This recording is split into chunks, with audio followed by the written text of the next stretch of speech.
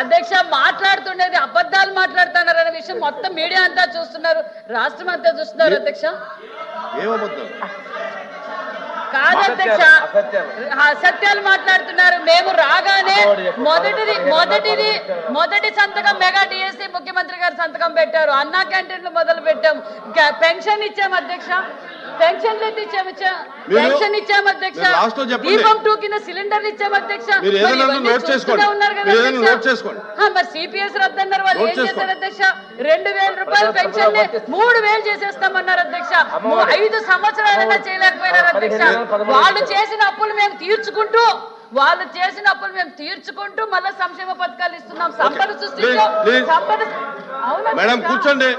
Madam LOP గారు. ఇప్పుడు గౌరవ రామకృష్ణ గారు మాట్లాడారు. మాధవ్ గారు ఆయన మాట్లాడారు. విషయం ఎక్కడనే ఇంటరప్షన్ వచ్చిందా అధ్యక్ష? వినండి ఏం మాట్లాడతారు అధ్యక్ష? మీరు ఇంతసేపు రామకృష్ణ గారు మాట్లాడారు. ఎంత ఆ విషయాలన్నింటినీ మేము నోట్ చేసుకున్నాం, వింటున్నాం. దానికి మేము మాట్లాడినప్పుడు మేము సమాధానం చెప్తామని చెప్పాం. ఆయన మధ్యలో ఆయన మాట్లాడమన్నప్పుడు కూడా మేము వచ్చి సమయం పాటించుకుని ఉన్నాం. కానీ ఇప్పుడు మా మెంబర్ మాట్లాడుతుంటే మంత్రులు వచ్చి ఆ విధంగా మాట్లాడడం అనేది అది కరెక్ట్ కాదు అధ్యక్ష. మరి నిన్న కాక మొన్నే వాళ్ళ ట్రైనింగ్ ప్రోగ్రామ్ కూడా జరిగింది. ఎలా ఎలాగ మా అవసరం అండి, ఎలా బిహేవ్ చేయాలి, మన నాలుగు ఎలా తెలుసుకోవాలి, మరి ఇది చెప్పలేదు అధ్యక్ష. ఇది ప్లీజ్ తప్ప అధ్యక్ష. అది ప్లీజ్ కూర్చో. దయచేసి ఎవరైనా మెంబర్ మాట్లాడినప్పుడు అది సాంప్రదాయం పూర్తయిన తర్వాత మీరు చెప్పండి, ఎవరైనా చెప్పదలుచుకుంటే. మీరు మాట్లాడినప్పుడు అలాగా ఏం పదాలు మాట్లాడారు అందరూ ఎంప్లాయ్ అయితే కరెక్ట్ కాదు కదా, సభ ముందుకు సాగదు. అలాగే ప్లీజ్ మీరు మాట్లాడండి. మీరు చేయిస్తాను, మీకు సమయం ఇస్తారు, మాట్లాడండి. అప్పుడు కూర్చుంటారు.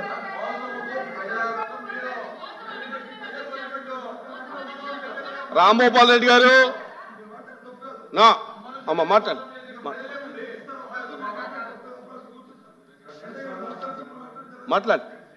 అమ్మ మాట్లాడు.